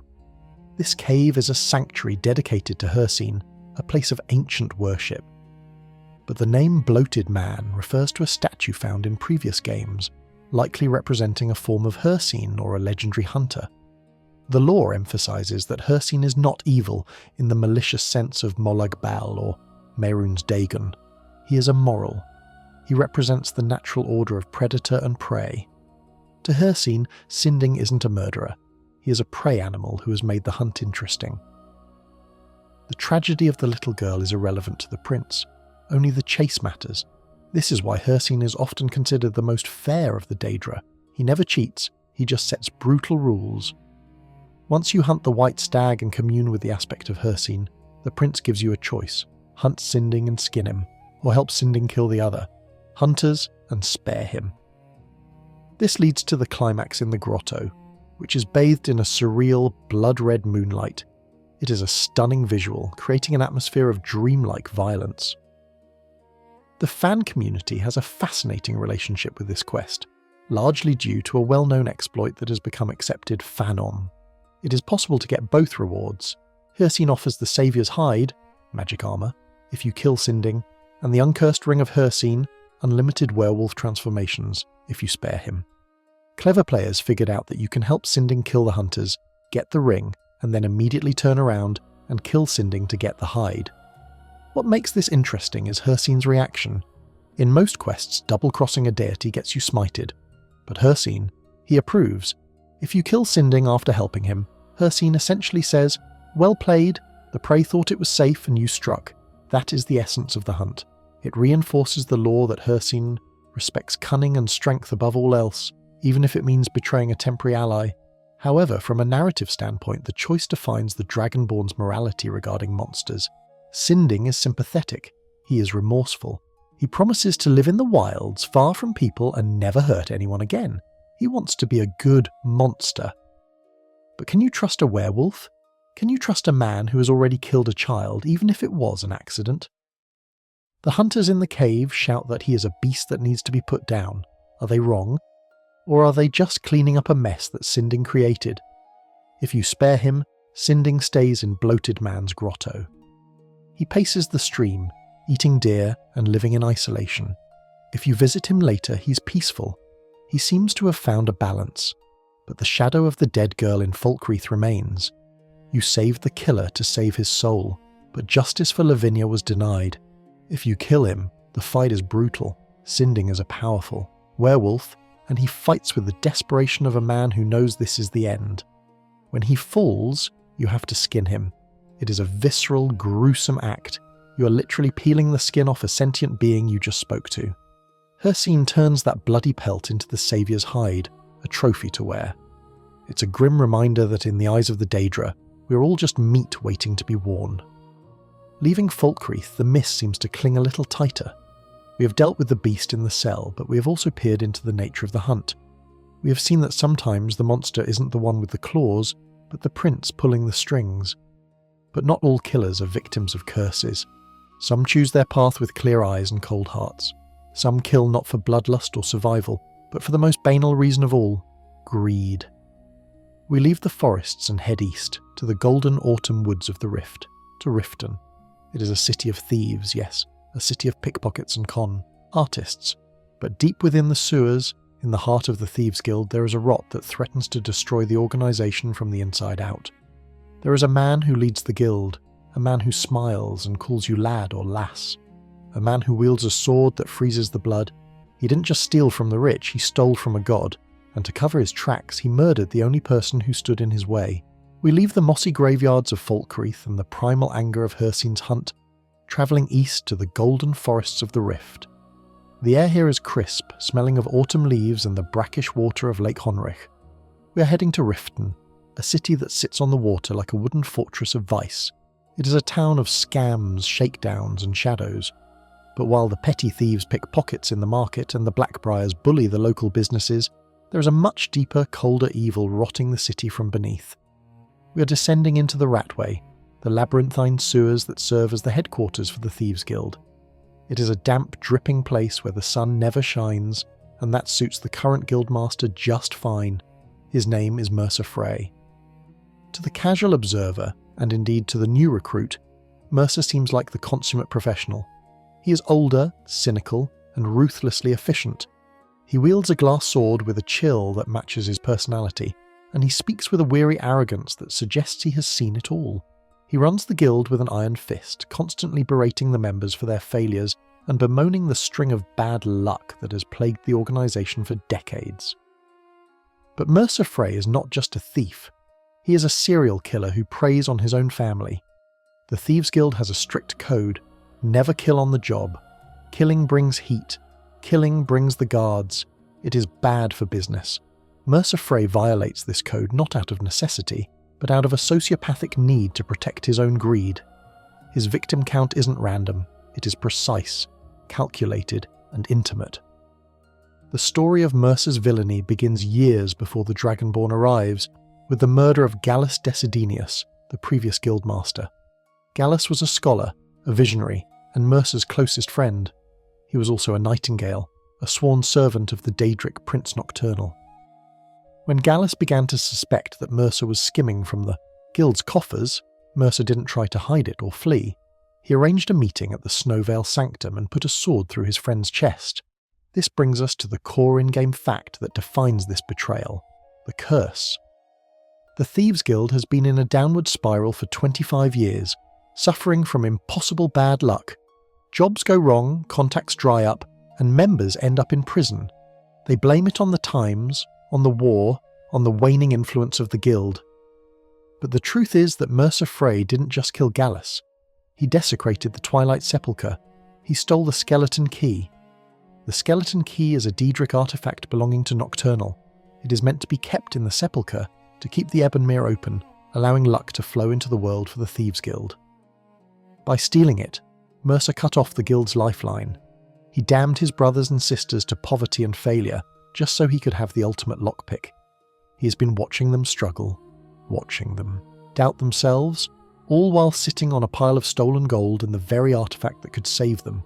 It is a level of psychological cruelty that transcends simple theft. The betrayal at Snowvale Sanctum is one of the most memorable scripted moments in the game. You accompany Mercer to track down Carlia, the woman he framed for Gallus's murder. As you delve deeper into the Nordic ruin, Mercer displays a terrifying competence. He doesn't sneak like a thief, he tears through Draga Deathlords like a war god. But at the end, in the Sanctum, the trap is sprung. Carlia shoots you with a poisoned arrow, not to kill you, but to slow you down. And then, Mercer reveals his true colours. He stands over your paralysed body, monologuing not with rage, but with a bored disappointment. He prepares to silence the only other witness to his crimes.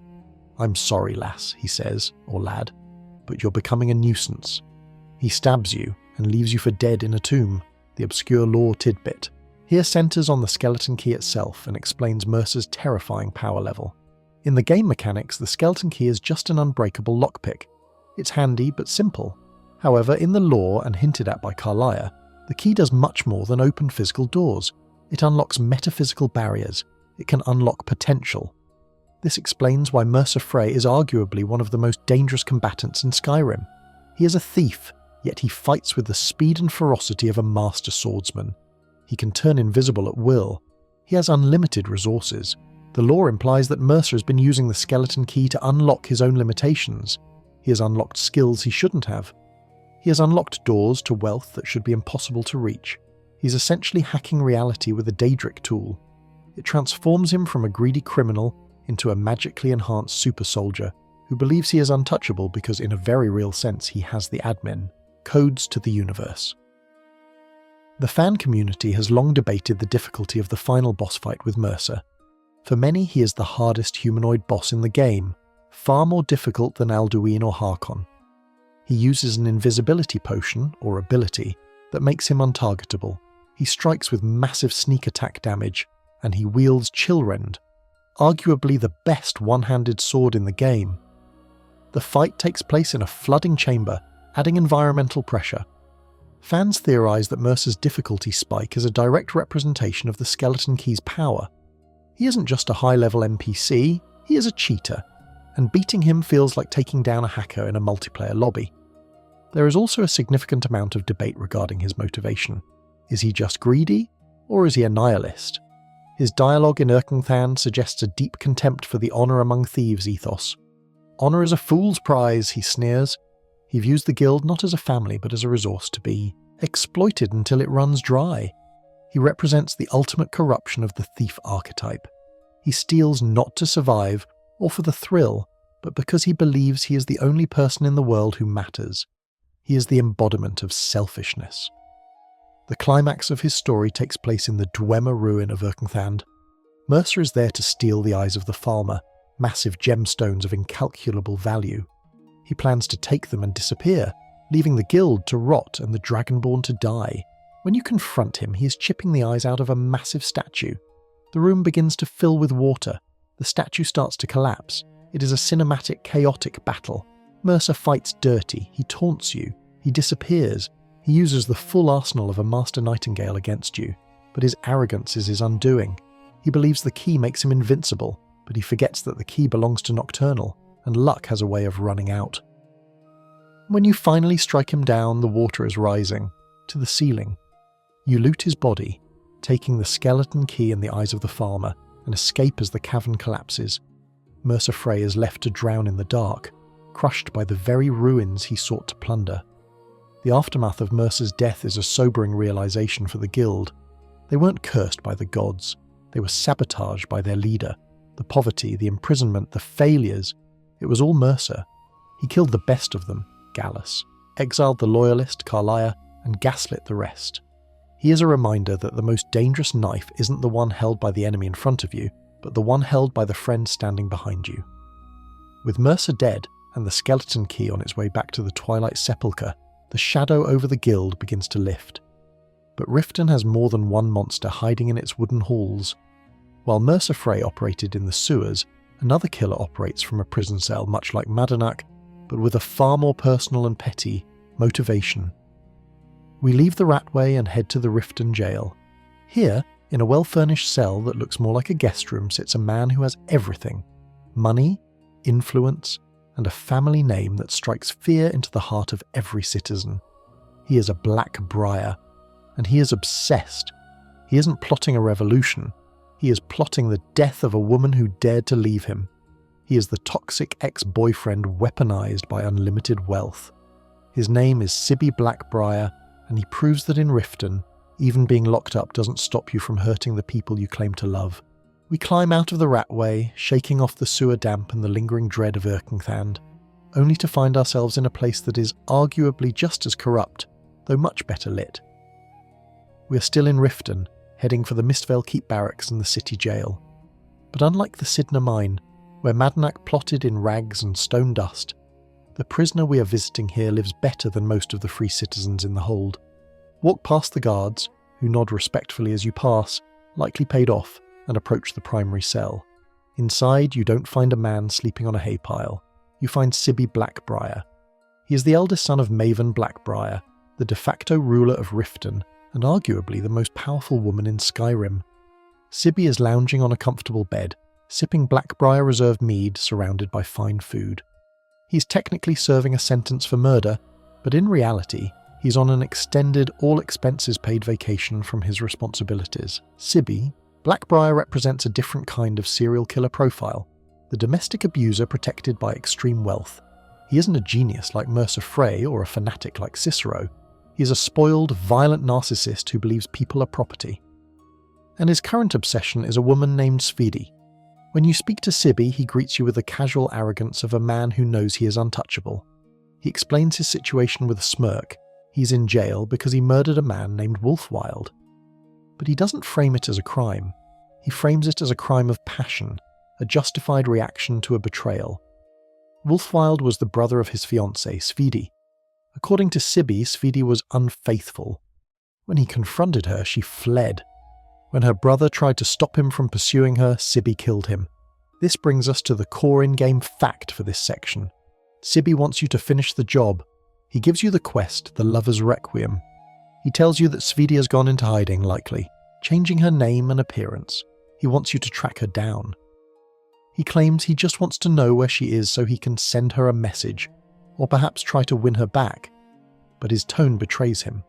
The way his eyes narrow, the way he grips his mug. It's clear he intends to kill her. He killed her brother for standing in his way. Imagine what he will do to the woman who actually humiliated him. The investigation leads you out of Riften and into the sleepy village of Iverstead, located at the foot of the 7,000 steps. In the Villamere Inn, you find a nervous young bard named Linley Starsung. She plays the lute, keeps her head down, and looks perpetually terrified. If you press her, using intimidation or persuasion, she breaks. She admits she is Svidie. Her story paints a horrifying picture of Sybille. She didn't cheat on him in the way he implies. She simply tried to leave a controlling, violent relationship. Sybille's love was suffocating and dangerous. When she tried to escape, he went into a murderous rage. She saw him butcher her brother.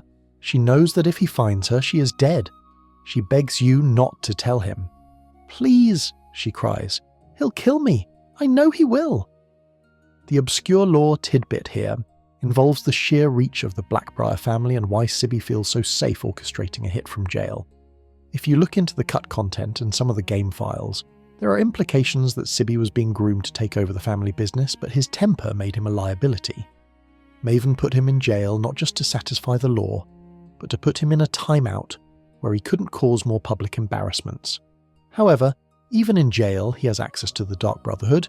If you're the listener, Sybille will sometimes comment on your status. It implies that the Blackbriars have a standing contract, or at least a favoured client status with the Assassins. Sybille isn't just a rich kid with a sword. He is backed by the same organisation that we saw. Cicero transporting the Night Mother 4. It's a small, incestuous world of violence. The fan community has a lot to say about Sybille Blackbriar, mostly revolving around the intense desire to kill him. He's marked as an essential NPC for most of the game, meaning he cannot be killed because he is tied to quests. This frustrates players to no end. You can slaughter dragons, emperors and gods, but you can't put a sword through the chest of this smug wife-beater, because the game code protects him. This leads to a moral dilemma in the quest. You have two choices. You can tell Sybille where Sviddy is. If you do, he pays you and thanks you, promising to pay her a visit once he gets out, or send someone else. While you never see Sviddy die in game, unless you kill her yourself, the implication is that her days are numbered. You have effectively signed her death warrant for a handful of gold. The other choice is to lie. You can tell Sybille that Sviddy fled to Morrowind or Hammerfell. With a high enough speech skill, he believes you. He fumes, cursing her escape, but accepts that she is out of his reach. This is one of the few times in Skyrim where lying is the objectively moral good choice. You're using deception to protect a victim from a predator who is using the legal system as an alibi. The contrast between Sybille and the other killers we've met is stark. Madanach kills for a cause. Arundel kills for a twisted art. Sybille kills because his ego was bruised. He is the most realistic monster on our list. He reminds us that you don't need magic or Daedric artifacts to be evil. Sometimes you just need a lot of money and a total lack of empathy. There is another layer to the Blackbriar horror show. Sybbille's mother, Maven, is aware of everything. She knows he killed Wolfwild. She knows he is hunting Sviddy. She doesn't care. To Maven, people are resources or obstacles. Sybille is a resource that is currently malfunctioning. Sviddy is a loose end. The entire family dynamic is built on a foundation of sociopathy. By interacting with Sybille, you are stepping into a domestic dispute that has already claimed one life and is poised to claim another. When you leave the jail, hearing Sybille shout for another bottle of mead, you feel a need to wash your hands. Riften is beautiful on the surface with its falling leaves and shimmering lake, but the water is poisoned. The Thieves' Guild, the Blackbriars, the orphanage. The whole city is a breeding ground for misery. You walk out of the city gates, perhaps intending to head to Everstead to check on Linley, or maybe just to get as far away from the Blackbriars as possible. You travel the roads, a seasoned adventurer who has slain monsters, trapped souls and uncovered conspiracies. You feel invincible. You are the Dragonborn. You are the hunter. But everyone has to sleep eventually. You find an inn, or maybe you pitch a tent under the stars. You drift off thinking of the next dungeon, the next loot drop. But your sleep is heavy, too heavy. The sounds of the night fade away, replaced by a strange silence. The world goes black. When you wake up, you aren't in your bed. You aren't in your tent. The air is stale and smells of pine wood and old dust. You're in a shack, a dilapidated, abandoned shack in the middle of a swamp. You try to move, but you're groggy. You look around. There is a woman sitting on top of a shelf, legs dangling casually. She's wearing red and black leather armor. She's wearing a cowl, and she's looking at you with the same predatory assessment that a hawk gives a field mouse. Behind you, there are 3 people on their knees. They have sacks over their heads. They are bound. They are terrified. Well, the woman says, you're awake. Good. We have business to discuss. Her name is Astrid, and she is about to make you an offer that will force you to decide, once and for all, what kind of killer you really are. You have spent this entire journey hunting the monsters of Skyrim. Now the monsters have hunted you. We wake to the smell of stagnant water and old, rotting wood. The last thing we remember is sleeping in a warm bed, perhaps in the bannered mare or a tent under the stars. Now, our vision swims as we try to focus on the dim, swaying lantern light. The air is cold and damp, seeping through our clothes. We are in a shack, the kind that shouldn't exist on any map, tucked away in the deepest, most inaccessible part of the Yarmarch swamp. As our eyes adjust, the situation resolves into a terrifying clarity. We are not alone. Perched on top of a bookshelf like a bird of prey is a woman. She's dressed in the tight crimson and black leather of the Dark Brotherhood. Her face is masked by a cowl, but her eyes are visible, calm, amused, and utterly cold. This is Astrid, and she has been waiting for us. Sleep well? She asks, her voice dripping with sarcasm. I hope so. We have business to discuss. This moment is the culmination of our journey into the minds of Skyrim's killers because, for the first time, the roles are reversed. We are not the detective investigating the butcher. We are not the warrior hunting the vampire. We are the prey. We have been stalked, drugged, and kidnapped. Astrid explains the situation with the casual demeanour of a schoolteacher correcting a student. By killing Grellad the Kind in Riften, remember the old woman in the orphanage from Section 2? We stole a contract. That kill belonged to the Dark Brotherhood. We took their business and now we owe a debt. A life for a life, Astrid says. She gestures to the other side of the room. Kneeling on the floor, bound hand and foot, with rough burlap sacks tied over their heads, are 3 strangers. They are terrified. You can hear their muffled whimpers, their ragged breathing. Astrid tells you that one of them has a contract on their head. She won't tell you which one. Your job, your initiation, is to figure it out and kill the right one. Or kill all of them. She doesn't really care, as long as someone dies. This brings us to the core in-game fact for our final section. The occupants of the abandoned shack. They are named Fultheim the Fearless, Alia Quintus, and Vasha. These aren't randomly generated NPCs. They are carefully crafted archetypes designed to test your morality. On the left is Fultheim the Fearless. He is a Nord mercenary. When you interrogate him, he is aggressive, terrified, and defensive. He admits to being a sellsword. "I've killed plenty of people," he stammers, "but I was paid for it. That's not murder, that's war." He represents the banal violence of Skyrim, the soldier who kills because it's his job. Has he killed innocents? Probably. Does he deserve to die bound and gagged in a swamp? That's for you to decide. In the middle is Alia Quintus. She is an imperial woman, a mother, and she is furious. She spits venom at you. "You release me right now. I have 6 children." She is abrasive, rude, and entitled, but being unpleasant isn't a capital crime. Or is it? In the twisted logic of the Brotherhood, someone might have put a hit on her simply for being unbearable. She represents the Karen of Tamriel, a woman whose sharp tongue might have finally written a check her life can't cash. On the right is Vasha. He's a Khajiit, and he is the only one who is calm. "You want to know about Vasha?" he purrs. Vasha is a businessman. Vasha buys things. Vasha sells things. Sometimes, Vasha takes things. He hints at being a smuggler, a thief, and, most chillingly, a rapist. He calls himself a defiler of daughters. He is the classic chaotic evil rogue. If you're looking for a moral justification, Vasha is the easy pick. He is a predator. This scenario is a psychological experiment. Astrid is forcing you to become a serial killer. She is stripping away the context of quest and heroism. There is no Jarl paying you. There is no threat to the world. There is just you, a weapon, and 3 helpless people. If you kill one, you're admitting that you are willing to murder on command. You are validating her worldview that life is a transaction. The obscure lore tidbit here involves a spell that many players try to use to solve the puzzle: clairvoyance. The spell description says it points the way to your current objective.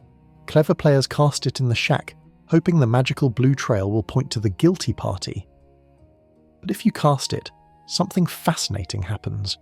The trail doesn't point to one of them. Depending on the game version and patch, it either points to none of them, or it flickers between all 3. The lore implication is profound. There is no right answer. The objective isn't to kill the guilty person. The objective is to make a choice. The magic realizes that the quest is about the act of killing, not the target. To the Dark Brotherhood, guilt is irrelevant. Only the void matters. But there is a 4th option. An option that fewer than 5% of players take on. Their first run, but one that fits the theme of our lore dive perfectly. You can turn the blade on the monster herself. The fan community often debates the "Destroy the Dark Brotherhood" questline. Most players join the Brotherhood because the loot is good, Shadowmere, the armour, the 20,000 gold payout. But from a role-playing perspective, Astrid is the ultimate serial killer. She kidnaps you, she threatens you. She is the head of a cult that murders for money. If you attack her instead of the hostages, she is genuinely shocked. "Well done," she gasps as she dies. Even in death, she respects the violence. Killing Astrid triggers a quest to wipe out the entire sanctuary. You report to a guard, then to Commander Maro, and you lead a raid on the Folkreath bunker. You slaughter the family, you kill the werewolf Sinding, the vampire babe if she was there, the old wizard and the lizard. You burn it all down. It is the only time in the game where you can completely dismantle a major faction. But if you play by her rules, if you kill one of the captives, the door unlocks. Astrid gives you the password to the sanctuary. Silence, my brother. You walk out of the shack, leaving the bodies behind. You step into the dawn of the swamp free, but changed. You're no longer just an adventurer. You are an initiate. You have looked into the face of the abyss, and you blinked. This is where our journey ends. We have travelled from the blood-stained snow of Windhelm to the vampire-infested caves of Morthal. We have dined with cannibals in Markarth and hunted with werewolves in Falkreath. We have seen that in Skyrim, monsters are everywhere. They are the court wizards advising kings. They are the shopkeepers selling you goods. They are the jesters on the road and the children in the orphanage. And now, standing in the Jarlmarch swamp with blood on our hands, we realise the most unsettling truth of all. To survive in this harsh, unforgiving province, to defeat the dragons, and save the world, we had to become a bit of a monster ourselves. The sun is rising over the Solitude Arch in the distance. The mist is lifting. The world is waking up, indifferent to the horrors of the night. It's time to go home. We have walked a long road tonight, you and I, from the biting winds of Eastmarch where the butcher stalked the cobblestones, to the golden, deceptive warmth of the rift where thieves betrayed their own kind. We've seen the darkness that hides in the hearts of men, elves and beasts alike. It's been a heavy journey, laden with the weight of secrets and the cold touch of the grave. But now the stories are told.